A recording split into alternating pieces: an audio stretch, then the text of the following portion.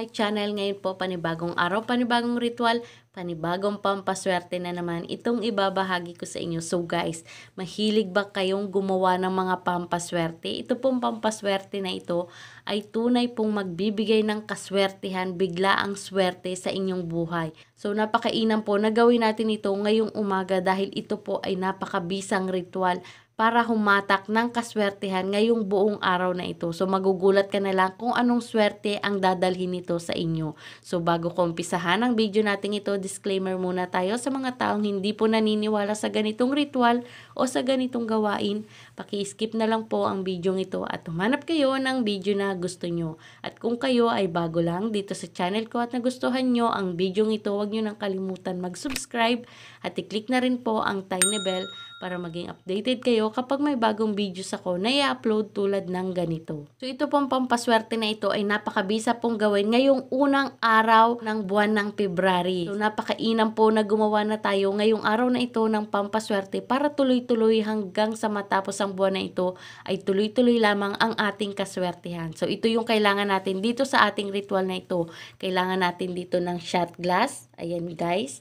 At kailangan din natin dito ng asukal na pula. So, ayan. Kung mayroon pa kayong pulang-pula, pwede po yun. Kung wala naman, kung anong asukal yung meron kayo dyan. Kung white sugar yan, pwede po yan. At kailangan din natin dito ng papel. So, ayan guys. Siyempre, kung may papel, meron dapat yang panulat. So, ayan. So, kahit anong kulay po ng panulat, pwede nyong gamitin. At kailangan natin dito ang dahon ng laurel. So, pwede pong buo, pwedeng durog na dahon ng laurel ang inyong gamitin. So, ayan guys. So, kahit ilang piraso yan ng durog o buo, pwede nyong gamitin yan. So, ganyan lang po kasimple ang ating mga kailangan dito. So, kapag kumpleto na lahat ng kailangan natin, dito sa ating ritual na ito, humarap lang tayo sa silangan at dyan natin uumpisahan itong pampaswerte na gagawin natin ngayong unang araw, unang Lunes ng buwan ng February. So, punuin natin ng pampaswerte ang ating kabahayan para tayo tuluyang swertehin para mabago ang takbo ng ating pamumuhay. So, ganyan po. So, ganito lang guys ang inyong gagawin. Isulat nyo yung date kung kailan nyo ginawa. Siyempre, yung date ngayon, February 1, 2021. So, ayan. At isulat natin yung tunay nating pangalan. Buo po na pangalan ninyo ang inyong isusulat. At kahilingan natin ngayong buwang ito o ngayong taong ito, isulat natin dito. So, magkaroon ng maraming pera. So guys, kalimitan na talaga nating hinihiling ay yung maraming pera na yan. Kasi hindi talaga yan mawawala sa buhay natin. Kasi lahat naman tayo ay kailangan ng pera kahit na ang mayayaman ay kailangan pa rin nila ng pera. Kasi kung hindi nila kailangan ng pera, hindi na sila magtatrabaho, di ba? So ganyan. So lahat ng tao po ay kailangan ng pera. Kaya hindi po mawawala sa mga wishes natin yung maraming pera, magkaroon ng maraming pera, manalo ng pera, yung mga ganyan guys, hindi talaga mawawala yan sa mga wishes natin. So, isulat din natin dito, magkaroon ng magandang sasakyan.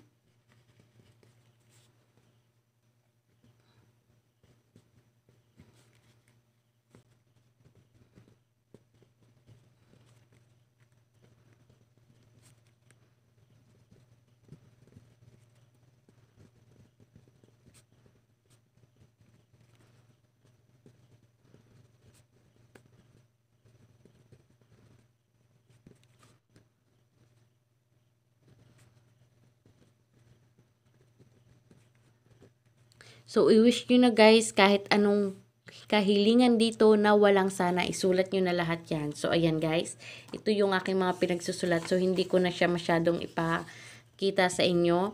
So, pagkatapos niyan, tupiin nyo siya ng maliit lamang. So, tupiin nyo siya ng maliit lamang. So, ito guys ay wag nyong kakalimutang permahan. So, pipirmahan nyo siya sa baba. So, tupiin nyo ito ng maliit lamang. So, ang gagawin ko dito, puputulin ko yung tira na papel na walang sulat. So, tatanggalin ko yan para mapaliit ko siya ng mas maliit pa. Ayan, guys. At pagkatapos, tupiin nyo siya ng papalapit sa inyo ng mas maliit o maliit ang pagkakatupi. So, ayan, guys. Papalapit sa inyo lagi ang pagtutupi. So, ayan. Tapiin natin siya ng mas maliit pa. So, ayan. Ganito ang inyong gagawin. At pagkatapos, ilagay sa inyong mga palad at mag-visualize na natatamasa nyo na nakakamit nyo na lahat ng inyong mga hiniling dito, lahat ng inyong isinulat dito ay napunta na sa inyo o napapunta na, o nakuha nyo na, nakamit nyo na yung mga hiniling nyo yan. At pagkatapos, pag mainit na ito sa inyong palad, ilagay nyo ito dito sa lalagyang ito, dito sa pinakanloob nito. Ayan. At pagkatapos, lagyan nyo siya ng durug-durug na dahon ng laurel o buo na dahon ng laurel. Pero mainam po dito ay durug na lang ang inyong gamitin. Dahil yun buo ay pupunitin nyo pa rin naman yan. Kaya mainam po na buo na durug na lang yung inyong gamitin. At punit-punitin nyo siya sa maliliit din pong bahagi. Ayan. Kamay po ang gagamitin yung pampunit. Huwag kayong gagamit ng gunting o kutsilyo o kung ano man pampunit nyo dito, kamay lamang po natin. Gagamitin natin yung energy natin sa pagpupunit nito para mas tumalab ang swerteng ito. Ayan. At habang pinupunit natin ito, maaari po kayong humiling ulit dito sa dahon ng laurel. So, ayan. Habang pinupunit nyo yan. So, kahit ilan po ay pwedeng-pwede. Kahit ilang pirasong dahon ng laurel yan. Ayan. So, pagkatapos, ito po ay bubulungan natin ng ating mga kahilingan. So, dahil po ito'y may dahon ng laurel, kahit durug-durug yan, yan po ay mabisang maghatak ng kaswertehan, magtupad ng ating mga kahilingan. Kahit na punit-punit, durug-durug na yan, buo man yan, yan po'y napakabisa. Napaka-generous talaga magtupad nito ng kahilingan kahit na siya'y durog o buo. So, humiling tayo dito, bigyang katuparan, lahat ng aking mga kahilingan na ito'y magkatotoo. Lahat ng isinulat ko dito sa papel na ito ay aking makakamtan ngayong buwang ito o ngayong taong ito. Depende yun guys kung kailan matutupad itong kahilingan ito. Pero mainam po na sabihin natin dito na ngayong buwang ito ay matutupad itong ating kahilingan ito. Pagkatapos yung humiling, hihipan nyo ito ng 3 beses dito po sa loob. Ayan, hihipan nyo ng 3 beses at pagkatapos, ito po ay lalagyan natin ng asukal na kulay pula. Mainam po na pula ang ating gagamitin. Pero kung wala talagang pula, pwede na po kung anong asukal lang meron kayo dyan. So, lagyan natin siya hanggang sa mapuno itong ating lalagyang ito. So, pagsasandok natin, kailangan ay nag-uumapaw. Siksik-liglig na nag-uumapaw yung ating pagsandok dito. So, ilagay natin dyan. Ayan. Tapos, siksikin natin siya. Ayan.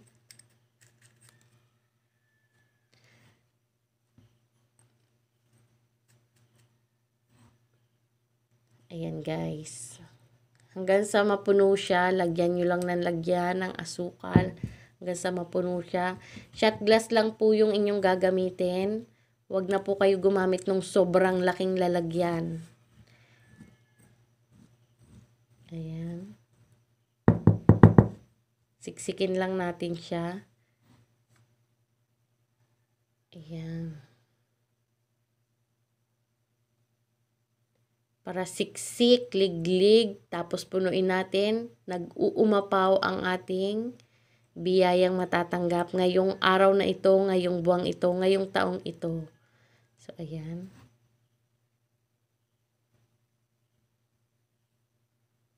So, ang asukal po ang magpapatamis ng ating mga kahilingan. Yan po'y mabisa rin magtupad ng ating mga wishes. Ayan. So, hindi na natin siya lalagyan ng asin kasi ang dahon ng laurel naman po, yan po'y nagtataboy din ng mga negative. Kaya kahit hindi na natin siya lagyan ng asin kasi baka matunaw pa yung asin na yan. So, ayan guys. So, puno na siya. So, ayan. So, ganito ang inyong gagawin. Napakasimpleng-simple lamang po at talagang ito'y magdudulot na ng pagbabago sa inyong buhay. Basta lamang po, tamang pagganap, tamang sangkap at bukal sa kaloob at galing sa inyong puso ang paghiling dito. So guys, pagkatapos nyo itong gawin, ito ay hahayaan mo na matunaw itong asukal na ito. So kapag natunaw na, nagmelt na itong asukal na ito, dun nyo pa lamang po ito papalitan. So, ang gagawin nyo dito ay inyo pong ipapaanod kahit saan po, sa ilog, sa dagat, sa kanal o sa lababo nyo, ipaanod nyo doon para yung inyong kahilingan ay anurin sa malayong malayo at ito'y matupad. So, ayan guys, para malayo ang marating ng inyong mga pangarap. So, ayan, ganyan guys ang inyong gagawin. So, kapag hindi naman siya nag-melt, ay hayaan nyo lang ito hanggang sa mag-melt siya dun sa inyong pinaglagyan. So, ito po ay ilalagay nyo, pwede po sa altar, sa center table, kung saan nyo siya ilalagay. So, kapag nilanggam naman siya ng kulay itim, okay lang po yan, hayaan nyo lang siya. Pero kung kulay pula yung langgam na pumunta sa kanya, ay inyo pong tatanggalin yung langgam na yan. So, gawan nyo ng paraan kung paano yan matatanggal. Kung hindi na po matanggal at sobrang dami na nila, ang gawin nyo po dito ay palitan nyo na po siya. Gumawa kayo ng panibagong ganito at huwag nyo na pong hahayaan na langgamin ng kulay pula. So, ayan. Kung kulay itim, okay lang po kasi swerte yon. So, ayan. So, guys, ito ay kahit sa inyo ilagay. So, ang paggawa nito, kung hindi nyo magagawa ngayong unang araw ng February, ito po ay gawin nyo ng Tuesday o kaya Friday. Pwedeng-pwede po yan. Basta po umaga papasikat ang araw kapag ito yung inyong gagawin. So, ngayon po, pwede nyo po itong gawin. Ngayong unang araw na ito, umaga din po, papasikat ang araw. 6:30 hanggang 8:30 po ang magandang sikat ng araw. Ang magandang oras ng paggawa nito. Ganyan lang po kasimple itong ating pampaswerteng ito. So guys, lagi niyo pong tandaan na ang video natin ito ay gabay lamang. Ang tanging pagdadasal pa rin po natin sa Diyos at paniniwala natin sa Kanya ang makakatulong sa atin sa mga ganitong ritual o pampaswerte na ating ginagawa. So lahat po ng bagay, pampaswerte man yan o hindi, dapat po samahan natin ito ng sipag at tiyaga at paniwalaan natin bawat ritual na ating gagawin para ito'y magdulot ng kaswertehan at kasaganahan sa ating buhay. So, yun lang guys. Thank you for watching at sana may natutunan kayo sa video ito. Bye!